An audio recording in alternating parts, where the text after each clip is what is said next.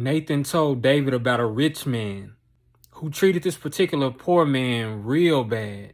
I mean, he did this man wrong. The rich man had many sheep and much livestock, and this poor man had one little lamb. This lamb ate from his table. His kids played with this lamb. This little lamb was basically family. And the rich man, not wanting to use his own resources to entertain his house guests, so instead of taking a lamb from his own large selection, he takes the lamb from the poor man and he prepares it for dinner. And David is livid. He says with confidence, the man who would do such a disgusting thing deserves death. And Nathan says, hold up a minute, David. I hate to tell you this, but the man who deserves to die is you. You are that man. Nathan is like, you getting all upset about how this rich man did this poor man over this lamb when you devised a whole plan to have Uriah killed and you took his wife for yourself.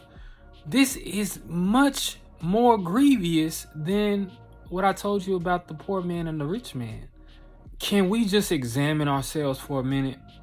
I'm not talking about doing a quick scan of ourselves. I'm talking about really examining ourselves, because we will point a finger and shine a light on those around us for their wrongdoing, and not even realizing that in a different fashion, we are guilty of the same thing. If not, something that is by the world standards is far worse. We're quick to criticize the one who flaunts his power and authority, but without realizing it, we may flaunt our knowledge and know-how. We will condemn the person who is a slave to lust and fail to realize that we may be just as much of a slave to something like luxury. We will judge this person because they always become defensive and not even realize that whenever we're upset, we always go on the offensive.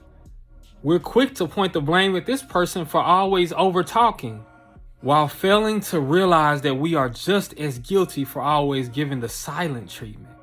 That is why Jesus had to ask the question, why do you see the speck that is in your brother's eye and fail to see the log that is in your own eye? I can't even lie to you. I've had some logs in my eye while at the same time trying to get a speck out of my brother's eye. But Paul says, be careful, for you have no excuse, O man, every one of you who judges. For in passing judgment on another, you condemn yourself, because you, the judge, practice the very same things.